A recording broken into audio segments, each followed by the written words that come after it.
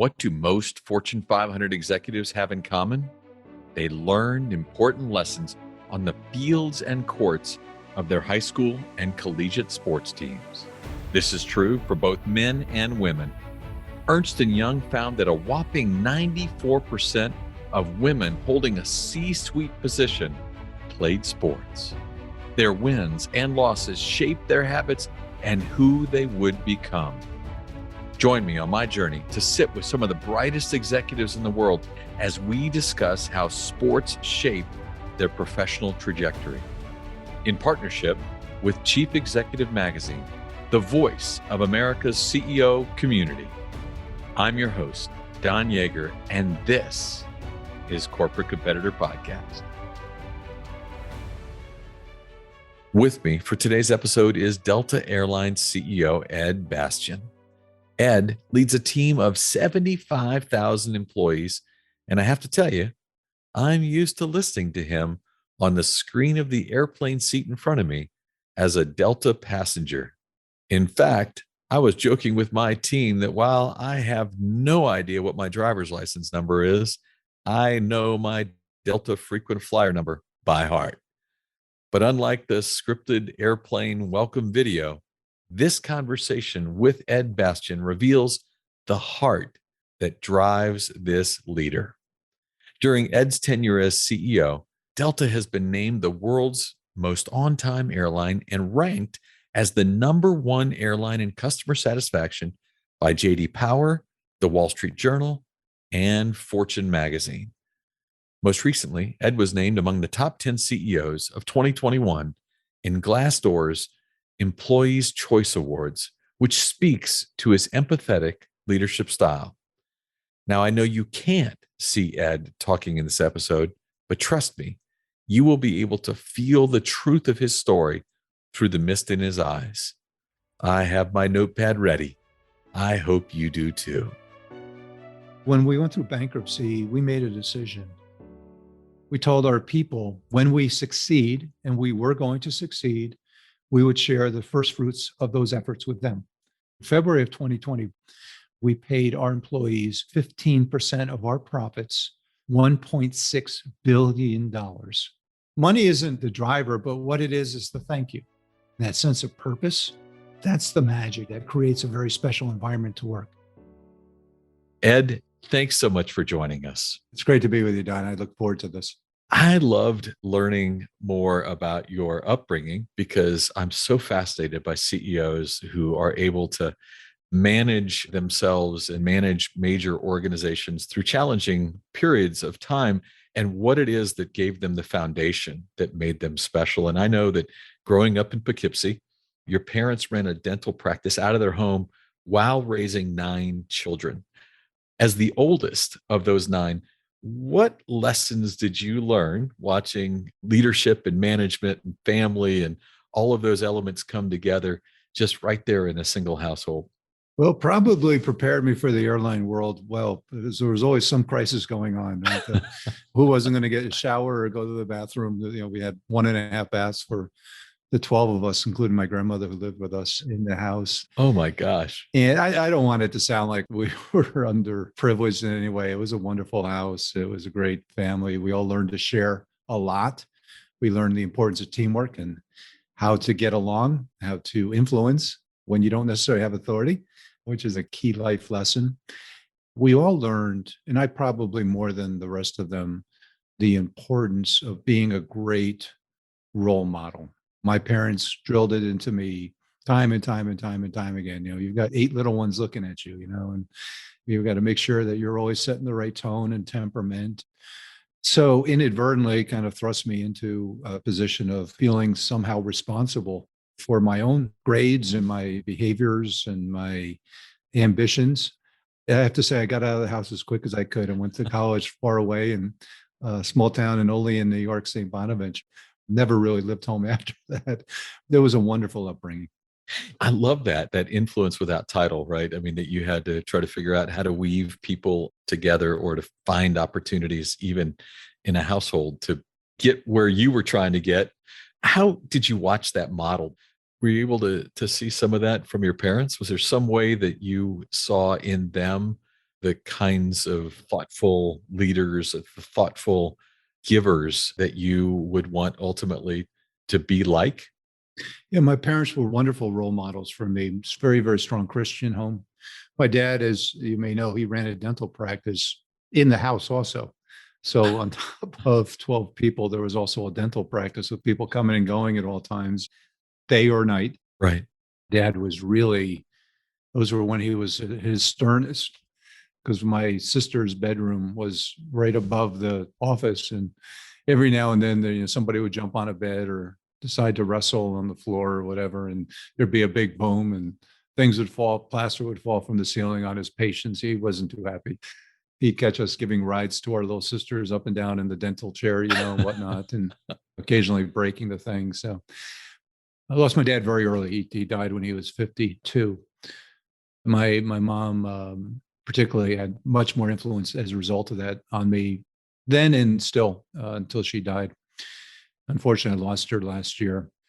I was always amazed by my mom taking care of all of us, and she was a dental hygienist, so she assisted him in the office. Uh, And she was as involved in the community, whether it was in the church, whether it was a nursing home down the street. She'd bring food every single week to people who didn't have, and constantly baking and doing things for others. Her constant engagement in the community about giving back was really remarkable. Servant leadership at its finest. Yeah, yeah, we learned the importance of respect, the importance of our family responsibilities, our community responsibilities. I got a firsthand glimpse at servant leadership and how the responsibility of the blessings that we have in this world can be passed along and given back, and how you get so much more from it. Yeah. So there in Poughkeepsie, 9 kids, you could have fielded a baseball team. I try it occasionally. Now, I did read a piece in which you talked about you had a dream of being a Major League Baseball player when you were a kid. So growing up there, upstate New York, Yankees or Mets? Oh, Yankees. Yankees. It was no, Yankees. one of my brothers, unfortunately, fell on the dark side. He became a Mets fan, I think, just out of rebellion. There's always that rebellious one. Yeah, yeah. But we grew up a couple hours north of the city, but we hardly ever went in New York City. And I remember I was 6 years old, and my dad took me to a Yankees game at Yankee Stadium, and I got a chance to see Mickey Mantle. Oh my gosh. It's probably my earliest memory, sitting in the old Yankee Stadium, seeing Mickey Mantle at bat. Yeah, from that point forward, I was a Yankee fan. So I have to ask you, I know you're an Atlanta business icon. Yankees, Braves played just recently, and they do occasionally. Where does your heart go? Well, I was at the game last when they came into town, and I was rooting for the Braves. I love the Yankees. They're my American League team, but the Braves, that's my hometown now. I've actually lived longer in Atlanta than any place I've ever lived. I've been here for 22 years. I know the organization really well and friends with the team, some of the players. I'm a Braves guy now, but Okay. when the Yankees beat them a couple of times, it didn't break my heart. Okay. You managed to play politics completely. You went right down the middle. That's pretty impressive. And I would say, Don, we're also, it has nothing to do with me. We're major sponsors of both the Yankees and the Braves. And you'll see the signage in Yankee Stadium. It almost looks like Delta Stadium, with the big Delta sign on the top of the stadium. And we have a similar type of sign down here, the Truist Park in Atlanta. It almost looks like Delta Stadium. So Very true. we've made my mark. You got it. So besides rooting for the Yankees, what role did athletics play in your childhood with that many kids, with that much activity in the house and everything else? Tell me about Ed Bastian, young lover of athletics. Oh, we played every sport. If it was a ball and a bat, whatever. The only thing we didn't play was soccer. I never figured out soccer. I never tried. My kids played it when they were little, but that's probably the only sport I never tried. We tried hockey. We would flood our backyard and try to create a little ice rink in the winter. Football and little league baseball, and played that into high school. So my favorite sport was baseball, but I also love basketball too. I played CYO basketball since I was a kid growing up, and great teams. The beauty of the sport of basketball is obviously it's a small team in many ways, but it's so integral. Was there something that you learned as a youngster playing basketball that you would find valuable to you as you grew as a leader? Yeah, I think the thing about basketball that I learned on is that everyone has a specific role to play on that team. There's five people and extra people on the bench, but everyone got designated a role. Whether you were the shooting guard or the guy that was going to bring the point guard the ball up, or you were the center. I was a tallish kid, not real tall, usually a forward or a center. So my job was to be on the boards and rebounding. And when we played our best is when we all played our roles together in harmony, and the strength of that team, that collection of the different talents. Individually, we played teams and that maybe we weren't as talented, but we played as a team better because we respected our roles and we relied on each other. Boy, that's what John Wooden used to say. I'd rather have five players that play well together than the five best players. Yeah. So true. While attending Our Lady of the Lord's High School, I know you were constantly working. Work was a part of your DNA for many, many years. And you had a pretty tough job working as part of the crew for the county highway department, cleaning up garbage and paving roads.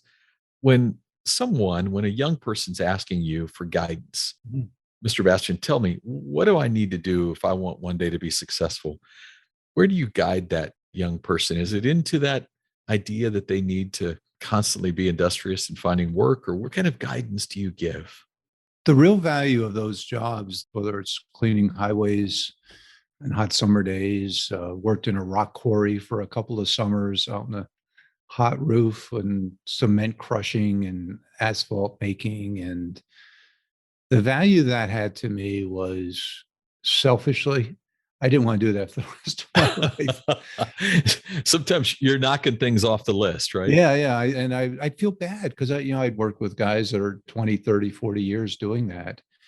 And I'd get to know them. And of course, they would take advantage of the young kid and they'd have me do all the hard stuff and they'd sit in their truck or whatever. What a tough way to make a living and support their family. And these are jobs, they're important jobs, they're good jobs. But I already had that urge kind of embedded within me to do my very best, whether it was in college or my education, the jobs I pursued, the opportunities I put my hand up for. And to this day, when people do ask me that, they ask me that a lot, Don, I always say that the most important person in your success, your future, is yourself, and believing in yourself and taking a chance on yourself and not being shy about giving yourself the opportunity and undertaking whatever it might be that's going to put you in a position to be seen and bet on. People aren't going to believe in you unless you believe in yourself first. Yeah. We interviewed the CEO of Disney, Bob Chapek. Yeah, I know, Bob. Yeah. And Bob actually said the greatest power is willpower. Yeah. If you can have that, if you're willing to marshal all those forces you just talked about, put them together, there's nothing quite like it. One of the stories that I read about you that really stood out was that you began in your 50s running marathons. I want to learn a little more about it because I understand you promised your team of employees in New York that if your operation there became profitable, that you would run the New York City Marathon. Tell me about the dare. I mean, how does this come up and how do you find yourself staring at the starting line of the New York City Marathon? Well, another sport I skipped over, probably my best sport in high school, was track. I wasn't a long distance runner. I didn't like long distances. I was a sprinter, particularly the high hurdles, because I was sort of tall. I was fast. The 120-yard high hurdles was my sport, but I ran other, as long as it was less than a quarter of a mile, I was all in for it. I didn't know how the guys that ran the long distances. And I really had a lot of respect for them. I was like, how do you do that? Right. And I was actually quite good. I finished my senior year. I was third in the county in the finals, went to the county championships. And I actually went to the states. The guy that beat me from the county was the state champion. And in fact, we wound up the state record holder. Wow. It was pretty cool. But running was something I was good at. And as you get older, I didn't really have the time to get involved as much in team sports and baseball and football and when that dropped by the side, but I could always run to stay in shape. And even when I was young, I was awed by people that would run marathons. I thought that would be superhuman. How can an individual run 26 miles? Coupled with that, I also used to always remember paying attention to the New York City Marathon. It was the 70s and saying, boy, that if I ever could do that, that'd be awesome. Someday I'm going to do that. Never got around to it. Sure enough, I was my late 50s. I still had that itch. I said, well, if I don't do it now, I'm definitely not going to do it. We had our team in New York and we were building out our facility at JFK. It was a big, ambitious undertaking for us, biggest investment we'd ever made, several $billions in building that new international terminal. Which is beautiful. Thank you. And the operation was still not at a point where, it was sustainable yet. We were building it, we we're making progress. And I told them, if we get this facility built and we're profitable, I'll run the marathon. And I made the guys that were building the terminal with me, the head of Schiphol Airport, the airport system from Amsterdam, in charge of the construction. Joost Niehaus, I made him agree to run it with me and a couple of others. But it took several years to build. I was thinking I had time. Eventually it was built and the team turned it around and I had to run it. And so I said, okay. And I started training. And early on in the training, I realized that I would find a reason not to do it if left to my own devices. You can get yourself injured. You can find all reasons why your body at 58 breaks down. You can't run a marathon. So I told a woman who runs a charity here in Atlanta for childhood cancer, the Rally Foundation, Dean Crow, who is a good friend, and I'd spent a lot of time with that charity over the years, that I'll also raise money for the run. And I wound up raising about $500,000. Wow. And so that $500,000 more than anything kept me motivated to keep me focused and on track. And I did it. I ran it November of 2014. It was a cold day. It was a windy day. It was nasty. I was at the starting line. It looked like I was getting ready to go on a ski run. I mean, it was just cold and 40-mile-an-hour winds and awful, cloudy, bitter cold. And eventually you strip off your outer layers as you proceed through the race. I did it in about 5 hours. It was okay. I was hoping to do it in 4 hours, but it was kind of extenuating circumstances. There was a running back on the New York Giants who had recently retired, Tiki Barber. He ran at the same time. Right. I beat his record. So I think, well, at least I beat Tiki. So that was okay. It wasn't horrible. And I'm certainly a heck of a lot older and not nearly as good a shape. He only ran 3 yards at a time, though. That's fair. So I got it out of my system, but I stayed involved with the charity. And a few years later, there was a little girl that ultimately wound up losing her life. Her name is Grace. She had cancer, bone cancer. She had just lost her leg. She was the same age as my youngest daughter. At that time, she was probably 14, I think. She was the most positive human being. We talked about our mutual friend, John Maxwell. If I've met a more positive person than John, it's her. Wow. It was Grace. And she knew she had little time to live. She had diagnosis that there was no cure for. They had tried all the chemo and all the treatments, and osteogenic sarcoma, just lethal. Swimming was her thing that she was really good at. Despite the fact that she lost her leg to cancer, she was winning races. She was like a fish in the water. She was great. We had a mutual friend, a woman who now is in the Paralympics, Mallory Wegman. What an inspiration. Mallory, as you know, was going through a hard time a few years ago. We have a pool here on campus that we train our, all flight attendants have to go in the pool. And, if you had to make a water recovery and the life-saving techniques. So we let Grace meet Mallory and swim with Mallory. Oh, wow. And Mallory hadn't been in the pool in like a year or two. I mean, it was a long time.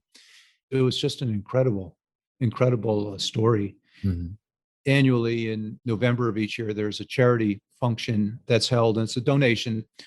They auction things off and you get together to raise money for the charity. And, if they raise $1 million at this dinner, which is their big fundraising, it's a good event. She spoke at the event. Grace did. And she had grace. I mean, she held up her iPhone that she had just gotten as a gift from her parents. There's about 1,000 people in this ballroom. 14-year-old little girl with just the most confidence in there. And she said that, do you realize that there's been more investment and more generations of this phone just in the last few years than there's been in the research of childhood cancer in the last 40 years? She's absolutely right. Unfortunately, our government doesn't fund research for childhood cancers because most of them go to adults, because adults have voices, kids don't. Adults have influence, and the pharmaceutical companies want to bet on adults who have pocketbooks, and kids don't have pocketbooks. That was so impactful on me. I said to Grace, I'd like you to come visit me in my office and have lunch, because she was interested about Delta and about me, and she knew I'd run a marathon before. And I told her I would do it one more time for her. She wound up dying a couple months later before I ran the race, but I told her I'd raise $1 million for this charity, for a cure for these kids. Wound up raising $2 million with the race. Yeah. Top 5 moments Not necessarily an historic athletic achievement, but it was incredible. And I've got lots of friends, and I called on all of them. I told them what their contribution to my $2 million race was going to be. And people showed up for me. It was powerful. So I became very passionate about it. She lost her life a couple months later. This is a girl, she's 14 years old. There were 2,000 people in the church standing room only for her. And she went to a small school. She touched so many people's lives. She had confidence in her future as to where she was going, and her faith was powerful. You hear they talk in the Bible about the faith of a child. She was a living embodiment of that for me. And it's just so powerful when you use that phrase at the beginning.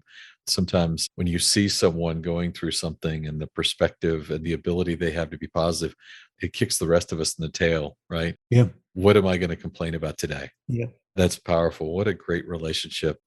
I read a commencement speech you gave at Georgia Tech, and there you talked about the importance of lifelong learning and about the ability to constantly find places where and people who can teach you.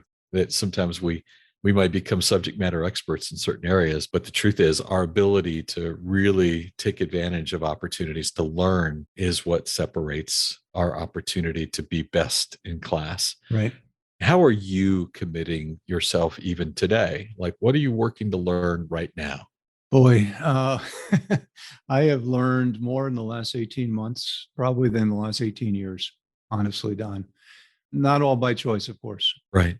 I think about that speech when I give that speech or some version of that speech. I also tell kids when they graduate, there's a sense that you've accomplished something, which you have, but you really haven't. You're just starting your studies, right? And you shouldn't feel that your learning stops on the day you graduate. It really just starts at that point. I use myself as an example. The day I graduated from St. Bonaventure University, I'd never stepped foot on an airplane. And I didn't step foot on an airplane until I was 25 years old. And now you're the CEO of the great airline. Wow. Yeah. Big family, we didn't have a lot of means. So the one trip a year was a station wagon trip to Florida and back. But I let them know that, if I had considered my learning at that point to kind of guide my path, I certainly wouldn't be in the position I'm in. It's interesting. And, I don't fly planes. I'm not a pilot. I'm not a technologist. I can't check people into reservations. I can't fix a plane. I'm not a mechanic. So I'm thrust to have to learn all those. But what's important to all those roles and those jobs and how they all come together to deliver a great experience for customers. And that's learning in itself, just learning so many different skills and expertise from so many different fields. And the pandemic has put it on steroids, something that, all teams, have a playbook. Coaches drill their teams on plays and playbooks. And occasionally you don't have playbook for something. Yeah. COVID was the ultimate. No playbook existed. And we were at our highest high when COVID hit. Delta was the most profitable and the best performing, not just airline in the country, in the world ever. Right. No airline had ever accomplished what we had accomplished. Within 30 days, we were down to less than 5% of what we had. Ooh. 5% of our revenues in 30 days with no understanding of what was going to happen. It was the most dramatic fall in modern history, in the business equivalent anyway. And also, while we were seen as the leaders in the industry, as the champions in our own sort of way, COVID leveled all that. It took all of our advantages away and we had to start over again. And what I've been most proud of the team, and again, the learnings that come through it, is we've emerged. We're not through it yet, but we're emerging on top with an even stronger brand, a stronger company, a stronger passion and purpose for where we're going. And that comes from the fact that we've had to learn. And we had to listen to each other, we had to rely on each other, we had to follow our instincts, and we had to kind of keep very focused. How do you get the team to look and say, we lost our advantages, we're essentially starting from scratch? Do you have to chart a new vision for them? What is it that you do in that moment when you're at 5%, the darkest day? How do you truthfully look forward with them when you have no idea what's ahead? You're honest and you let them know that you've got a lot more questions than answers and you don't have all the answers. And that's really hard for leaders to say. That's so true. Leaders are looked to provide direction and guidance. And there's a vulnerability and authenticity to letting people know that I'm just not sure where this is going, but having the confidence to know we're going to figure it out. I'm a big fan of Jim Collins. He's a friend. I've worked with him in the past. Mhm. He talks about Admiral Stockdale surviving the Hanoi prison, longest serving officer in the prison and in Hanoi. And it was just a tortured, awful 8 or 9 years, however long Admiral Stockdale was in there. And how did you survive that? So many people died, they couldn't take it. And he talked about, I had confidence I was going to be rescued. I just didn't know when or how, and I was going to continue to be open to figuring it out and seeing it through.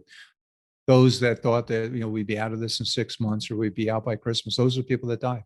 Right. They die of heartbreak. Yep. It's the Stockdale paradox. That steely minded resolve is what's gotten us through here at Delta, the pandemic, myself and the leadership team, knowing that we're going to keep leaning on each other. I'd set out the principles right in the second week of March that, we were going to focus on protecting each other. We didn't know how the business is going to come back. We were going to do our very best to protect our people, our customers, their safety. We're going to protect our cash. We're going to be very mindful of watching our cash, but also protect our future. We weren't going to let this undermine our ability to have a future. And those were the guiding principles all throughout the pandemic. Everything that we've done, the cleanliness standards, it's around Yeah. protecting our people, our franchise, our lives. And then once we're there, and we're there now, and not on the other side, but enough of the way through to say, okay, how are we going to build on this new company that we've created? You know, you have that internal anthem that you want Delta to be seen as the nobody better connects the world. Yeah. It's part of that speech you give on the seat right in front of me every time I get on my Delta flight and I get to see Ed Bastian talking to me. It's so important because that's not just work, that's a sense of purpose. You're reminding every day your team that they're not just in the airline business, they're bringing people back together business. That sense of purpose drives you. I see it, I hear it, I read it. It wasn't just about managing profit and loss statements, it was about seeing something far bigger in what you did. Where did that come from for you? This idea that purpose was going to be so central in your leadership style? We've come through hard times here, Delta. We filed for bankruptcy 15 years ago. It was a takeover attempt. US Air tried to take us over, and most people thought they were going to. We prevailed. We've gone from crisis to crisis, the global financial crisis, merging with Northwest, 9/11. There's been a series of crises. The last couple of decades have given us a lot of opportunity to throw in the towel, to say, this is just too hard. We can't do this.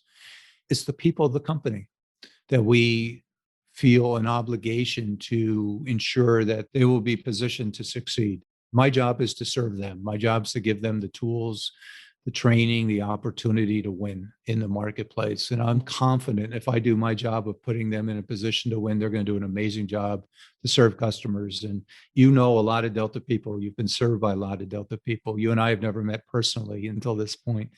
And that's great because you have an opinion formed on Delta, not on me, but on them. And that's the job, Mhm. to make them successful in your eyes, because they're the ones that keep you coming back. We had a good run. I became CEO 6 years ago, and we were already kind of getting close to the top of the mountain. Keep climbing is our other tagline. And I called Jim Collins. I said, Jim, we keep climbing. Well, what happens when you get to the top of the mountain? You have to go down the mountain. Or the alternative is, what's the next mountain we're going to go climb? Right. Let's go find another mountain. And he came, spent a lot of time with me, the leadership team, spoke to thousands of us. And that's how we came up with the anthem, as I call it, no one better connects the world, because that crystallizes why we do what we do. And as I speak to so many of our people, and it's been so clear through the pandemic, Don, clearer than ever, the purpose we have, the mission that we're called to is so meaningful. The world literally cannot connect on video technology long term. The spirit needs to be together. We need to get people together for understanding and for joy and friendship and collaboration and creativity and fellowship and encouragement. And that's what our people get to do. Everybody's got their job, everybody has a role, everybody's got an important role they play in the world. But we're privileged to have that role. We show up every day and we make a difference in people's lives. We look at the people that are on a plane. People are traveling for lots of reasons, some to celebrate, some for sad reason, some for business purpose, some just to get away. we facilitate that, and we do it with a style and a service that is professional, it's gracious, it's welcoming, it's inviting, it's trusting. That environment that we create to enable that, it allows people to all, whatever purpose they're traveling, they're all coming with us, and they all feel good about the reason they selected Delta and the reason why Delta is their airline of choice for the future. Our mission was disrupted by the pandemic when you could no longer connect the world. We had to ask ourselves, what's next? There is not a next. We got to get back to connecting the world. And we realized nurses still needed to travel to the hospitals to fight the pandemic. Doctors needed to get around. Families needed to get to the loved one's bedside. People in the supply chain industry needed to get around to keep moving our country forward. And while 95% of Americans were required to shelter in place or work from home, our people didn't. And the planes may have only had 10 or 20 customers on it during these days. These were days when people were told not to travel, not to move. I was on a few of them. Yeah. People would stop me, customers would stop me and thank us.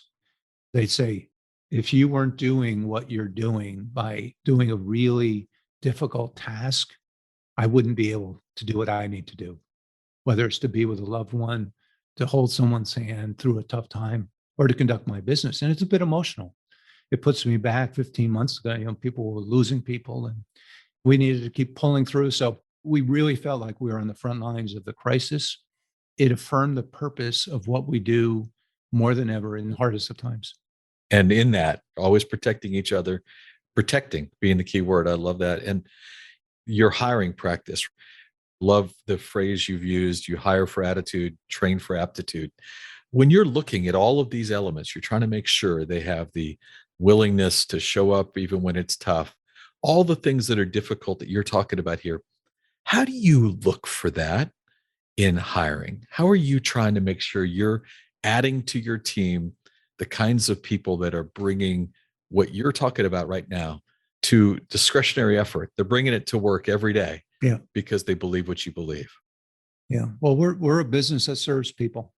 We fly planes, we fix planes, we take people on exotic trips. Fundamentally, we serve people, and we look for their heart of service and how they've evidenced it in their past. They've been involved in their community, in their churches. They've been involved in fellowship and leading teams forward. We're not a team of individual contributors. We're a team that has to not just evidence it, but enjoy and have passion about serving people. We can train the other stuff. How the technology works, or how to serve people on airplanes, or how to fix planes. We've got a lot of people that know all that stuff. And obviously you need base skills to come into some of these jobs, but how to discern the people that you do hire, including pilots. People that are called to serve are people that are drawn to Delta. That's our goal. That's awesome.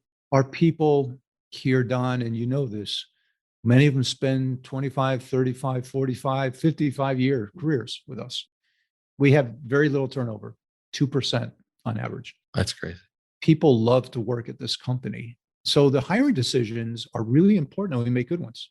You can't train for attitude, but you can train for aptitude and skill. I love that. I think that's really important. And I will tell you, I see it often. The one thing I'm hearing you talk about, and this is such a great place for us to talk about sports again, because there are a lot of people that I've worked with who refer to their corporate organizations as teams.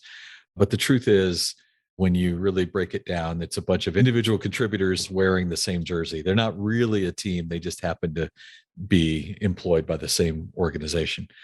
When you look at how you are creating teams, how you're building an organization around this concept, what kind of advice can you give to someone else looking at its collection of contributors, try to bridge them into a team? What things can we do to start building teams from the individuals we might have on our roster?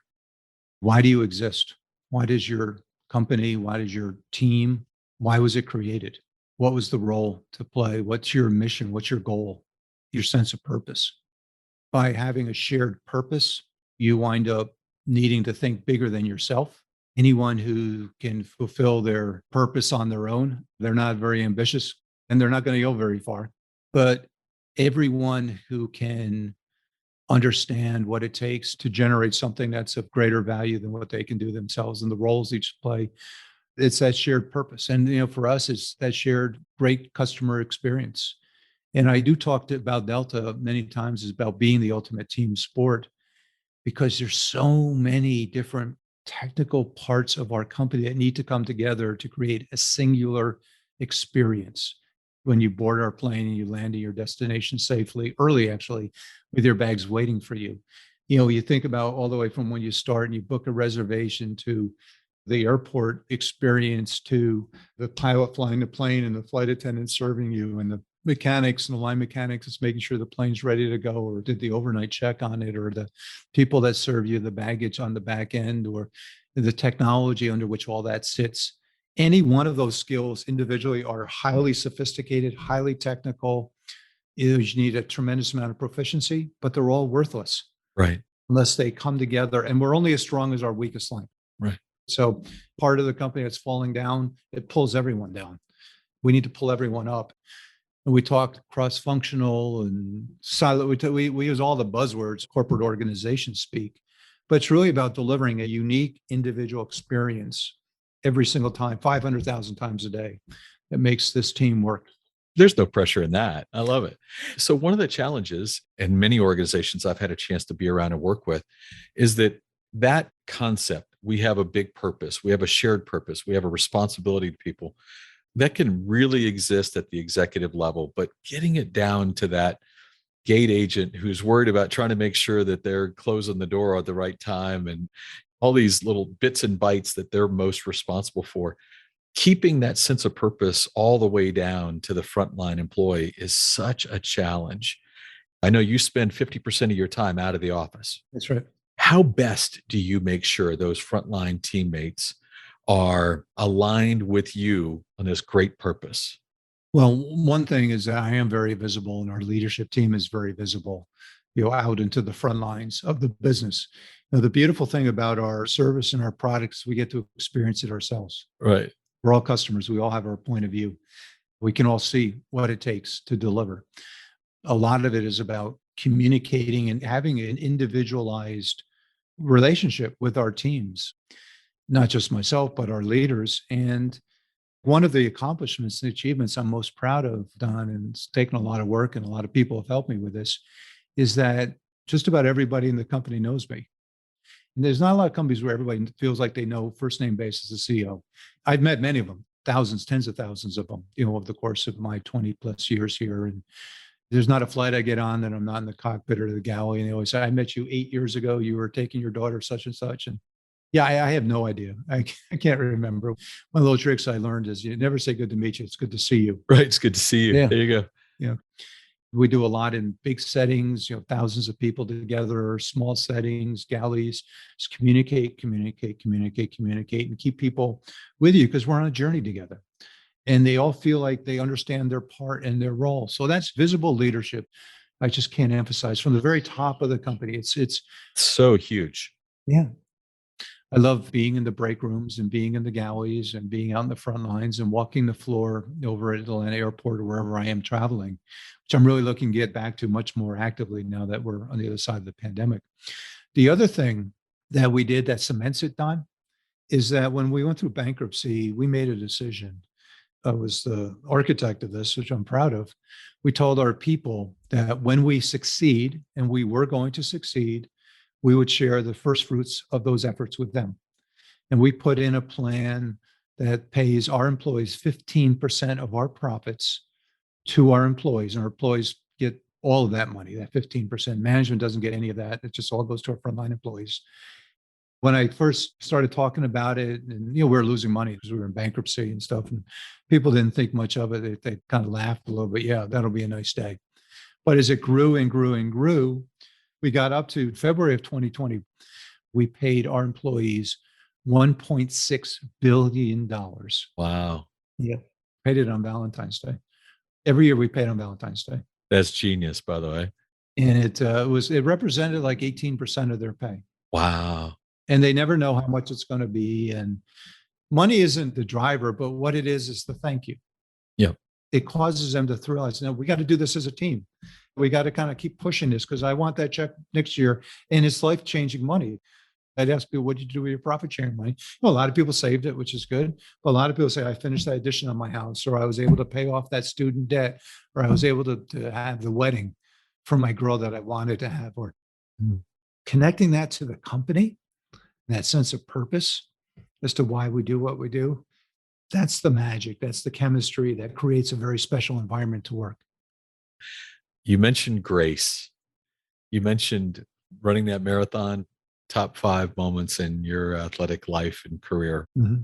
Any other moments like that? Any moments where you and the opportunity you had through the position you've been blessed with and the friends you've been gifted that stands out as another among those top 5? Oh, I have a few in terms of people. While I'm a Yankee fan, I'm a much bigger Henry Aaron fan. When I came to Atlanta, I got the good fortune to meet Henry early. He was a good friend of mine for 20 years, and Billy and the family. I'm sitting next to his jersey, he's right in his bat. In baseball, they did a whole big thing for me. They put together, and losing him this year was really hard.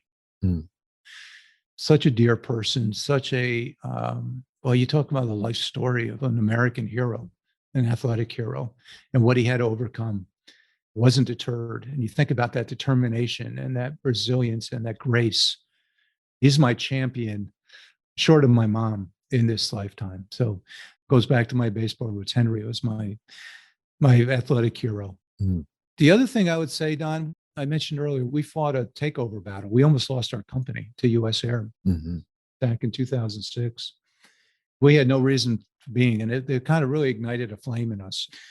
The day we found out that we won our independence, the creditors and the bankruptcy judge were going to stay with Delta and give us a chance to get out and to try it again. Redemption story. When you ask me what drives my purpose and passion, is because we've had a second chance. Redemption is powerful. That redemption story is a big part of my internal drive. I see redemption. I see how it actually brings a little mist to your eyes, this idea that you got a second chance. You delivered on that chance, not just to stockholders, but to team members. Yeah. There's an amazing book there that will be really valuable as a text one day. I don't know when you're going to write it, but you need to. I mean, Bob Iger's book, many of the other folks that I've read their work. I mean, what you've been through and the ability to create that redemptive opportunity for the organization, for the employees, and for the customers. I mean, there's a powerful narrative there that I hope you take time one day to sit down and tell, because it's powerful. Well, I will tell you that a number of people have suggested that, and many of them have told me that you're the person to write it with. So I'm glad to meet the person they told me I should meet. I would be honored. I always tell people I'm too busy. I'm still writing. I got more chapters to write yet. So someday, hopefully. What a powerful legacy you're getting a chance to build and live. It's an honor and it's a blessing. And, many people have asked me how I've survived this last couple of years and holding up. And I tell people it's not the challenges and the pressure and the decisions, the stress. And it's really, to me, how you think about it. I think about it as the honor of a lifetime to lead a company that I love, a company that's so important, the largest company in the state of Georgia, largest employer in the city of Atlanta. 95-year-old company, great history, has never needed its leadership more than it needs it right now. And for whatever reason, I'm sitting in the chair. I consider it a blessing and an honor and a privilege, not a burden. That is probably exactly why you're sitting in the chair. You accept the blessing. That is awesome. Ed Bastian, I appreciate you greatly. I'll be looking at your picture on Thursday morning at 6 a.m. on a flight out of Tallahassee. And I thank you for the time and for being a corporate competitor with us. Thank you, Don. I loved it. What a powerful conversation. In fact, it's one of my all-time favorites in the time we have produced this podcast. I love that Ed makes it his mission to spend 50% of his time out of his office, in the break rooms, in the galleys, the mechanical shops, and the airport terminals where his employees are there and he can listen. I encourage you to brainstorm one opportunity you have this week to leave the 4 walls of your office and be a visible leader. Lead from the front. It will make you a stronger corporate competitor. If you could share one habit, one thing you've done consistently that allowed you to separate yourself from your competitors, what would it be? In my 30-year career, 2,500 of the greatest athletes, coaches, and leaders answered that question for me. This is Don Yeager, who did that article I was telling you about. Don, Dave Sims with Coach K. How you doing? Hey, Don. How you doing, my man? Great, sir. What they gave to me is what I'm giving to you in my online course, Journey to Greatness. Through engaging storytelling and on-demand videos, you will learn the 16 habits that will jumpstart your personal growth. I will instruct you on how to apply these winning characteristics to your life through custom workbook exercises. We are slashing the price for our podcast listeners. Lifetime access to Journey to Greatness is normally $399, but for our podcast listeners, it will be $49 with the code podcast at checkout. Click the banner on corporatecompetitorpodcast.com to enroll. Thanks for listening to the show. I would be so grateful if you left us a rating and a review. We will be rolling out a new episode every Wednesday. To be the first to listen, subscribe to the podcast on our website, corporatecompetitorpodcast.com. Plus, as a thank you gift, you will receive a free chapter from one of my best-selling books on the habits of high-performing teams. Stay in touch by connecting with me on social media at Don Yeager, Yaeger, on Twitter, Facebook, Instagram, and LinkedIn. Until next week, I appreciate you.